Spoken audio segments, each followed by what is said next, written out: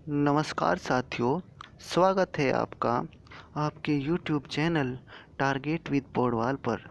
साथियों, इस वीडियो के अंदर हम जानेंगे स्कूल की तैयारी के लिए जो हिंदी भाषा रिमझिम पुस्तक के लिए ब्रिज कोर्स चल रहा है।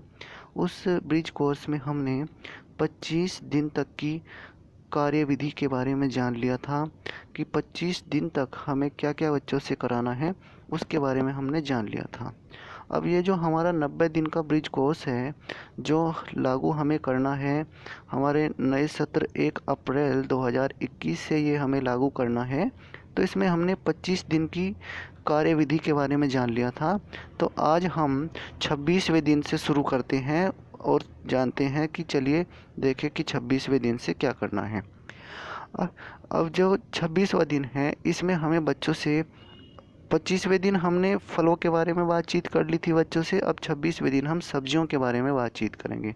बच्चों को सब्जियों के चित्र दिखाएंगे, प्रत्यक्ष रूप से सब्जी दिखाएंगे, बच्चों से उनकी पहचान कराएंगे, रंग के बारे में, आकार के बारे में, स्वाद के बारे में, बच्चे उन्हें पसंद करते हैं नहीं करते हैं पसंद, इसके बारे में भी बच्चों से जानकारी लेंगे और अपनी बातचीत बच्चों से करेंगे और बच्चों के अनुभव जानने की हम कोशिश करेंगे। बच्चों को इन गतिविधियों में ज़्यादातर बच्चों को ही शामिल करना है। बच्चों का इन्वॉल्वमेंट गतिविधियों में बहुत ज़्यादा रहना चाहिए, तभी बच्चों को हम सहज कर पाएंगे और बच्चों को स्थायी ज्ञान दे पाएंगे। 27वें दिन हमें क्या करना है? 27वें दिन हमें बच्चों से जानवरों के चित्र दिखाने हैं। जानवरों के चित्र दिखाकर पालतू जंगली जानवरों की पहचान कराएंगे और वो जानवर क्या क्या खाते हैं, वो उसके बारे में हम जो है बच्चों से बातचीत करेंगे जानवरों के बारे में।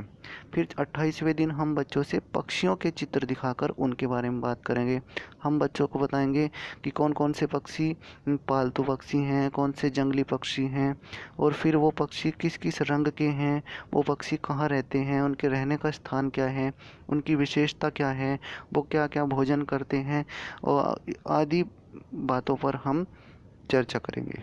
फिर 29वें दिन हम बच्चों के परिवेश में आसपास के स्थानों पर जो वस्तुएं हैं और उनके परिवेश में जितने भी कुछ संसाधन उपलब्ध हैं, उनके बारे में हम बच्चों से बातचीत करेंगे और उनका क्या महत्व है। जो उनके आसपास चीज़ें मौजूद हैं, जैसे पेड़ हैं, पेड़ बच्चों के पास आस पड़ोस में, बच्चों के परिवेश में, हमारे परिवेश में मौजूद हैं, तो पेड़ों का क्या महत्व है।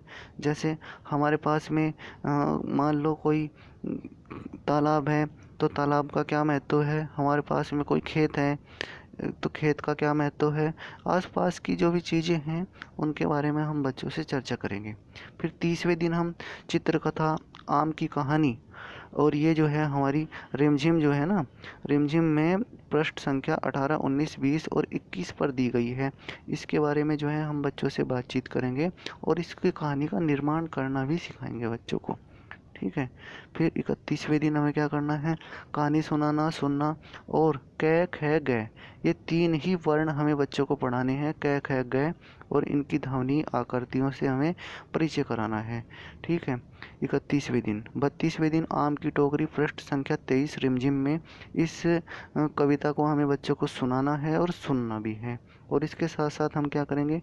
बच्चों को घ छ छ, ये 3 वर्ण हो गए, इनकी ध्वनि बच्चों को बतानी है, इनकी आकृति से बच्चों को परिचय कराना है। ठीक है। फिर 33वें दिन हमें क्या करना है? कहानी सुनना और सुनाना। कोई कहानी अपने से ही सुनाएंगे बच्चों को और जय झ ट, इनकी ध्वनि आकृति से बच्चों को परिचित कराना पड़ेगा हमें। ठीक है, यही हमें करना है 33वें दिन। 34वें दिन हमें क्या करना है?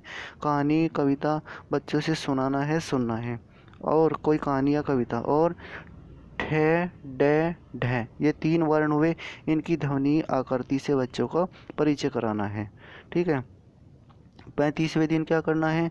कहानी या कोई कविता सुनानी है बच्चों को और 3 वर्ण है, पै तै थ, इनकी ध्वनि और आकृति से बच्चों को परिचित कराना है। 36वें दिन क्या करना है?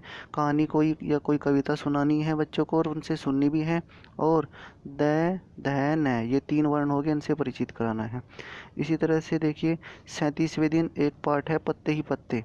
इस पर बातचीत करनी है। और पै फै बै इनकी ध्वनि और आकृति से बच्चों को परिचित कराना है। 38वें दिन देखिए, पत्ते ही पत्ते पाठ पर बातचीत करनी है फिर से हमें। और भै मैं पै इन 3 वर्णों की ध्वनि के बारे में और इनकी आकृति से परिचित कराना है पाठ। ठीक है। फिर उसके बाद 39वें दिन क्या करना है, पत्ते ही पत्ते पाठ पर फिर से बातचीत करनी है। रै लै वै इनकी ध्वनि और आकृति से परिचित कराना है। अब आइए हम 40वें दिन में, ये चित्र है, ये चित्र पाठ है यहाँ पर। ठीक है। पृष्ठ संख्या 32-33 पर जो चित्र है उस पर बातचीत करनी है। और 3 वर्ण है श, श, से। इसकी ध्वनि से और इसकी आकृति से, इन तीनों वर्णों की ध्वनि और आकृति से बच्चों को परिचित कराना है। ठीक है। 41वें दिन में चित्र है, पृष्ठ संख्या 32-33 पर रिमझिम में, उस पर बातचीत करनी है। और वर्ण है क्ष, ये 2 ही वर्ण हैं, इनकी ध्वनि और आकृति से बच्चों को परिचित कराना है। 42वें दिन चित्र है, पृष्ठ संख्या 36-37 पर, यहाँ पर हमें जो है इन्हीं पर बातचीत करनी है। और यहाँ इस चित्र पर और 2 वर्ण हैं त्र और ज्ञ, त्र और ज्ञ, इनकी ध्वनि और आकृति से परिचित कराना है। ठीक है। 43वें दिन अमात्रिक शब्द, अब यहाँ से आया है अमात्रिक शब्द पठन अभ्यास। ठीक है। 2 वर्णों वाले अमात्रिक शब्द यथा चल, हल, कल, पल, दल आदि आदि हो सकते हैं, इन पर चर्चा करेंगे। 44वें दिन अमात्रिक शब्द पठन अभ्यास करना है, 2 वर्णों वाले कर, हर, पर, दर। ठीक है। 45वें दिन अमात्रिक शब्द पठन अभ्यास 2 वर्णों वाले, जैसे जब, तब, कब, अब, इन पर अभ्यास कराना है। फिर 46वें दिन अमात्रिक शब्द पठन अभ्यास कराना है, हमें पठन का ही अभ्यास कराना है अभी 46वें दिन भी। अब यहाँ से हो गए हैं 3 वर्णों वाले, जैसे जलज, रहट, महक, पलक। ठीक है। 47वें दिन अमात्रिक शब्द पठन अभ्यास 3 वर्णों वाले, जैसे असर, कसर, नहर, लहर, इनका अभ्यास कराना है। ठीक है। देखो पठन अभ्यास ही है अभी। 48वें दिन अमात्रिक शब्द पठन अभ्यास है 3 वर्णों वाले, जैसे जन्म, करम, नरम, महक, इनका अभ्यास कराना है हमें 3 वर्णों वालों का। अभी देखिए हम अमात्रिक शब्दों की बात कर रहे हैं। ठीक है। 48वें दिन देखिए, 48वें दिन हमने 3 वर्णों वाले जन्म, करम, नरम, महक, इन पर अभ्यास ही कराना है। अब 49वें दिन हम शुरू हो रहे हैं आ की मात्रा, यहाँ से शुरू हो रहे हैं मात्रिक शब्द। आ की मात्रा वाले शब्दों का पठन अभ्यास करना है 2 वर्णों वाले, जैसे कान, मान, गान। ठीक है। 50वें दिन हमें क्या करना है, आ की मात्रा वाले शब्दों का पठन अभ्यास करना है 3 वर्णों वाले, जैसे मकान, जहान, यहाँ तक। ठीक है। तो साथियों आज यहीं तक रखते हैं, वीडियो ज़्यादा लंबा हो जाएगा।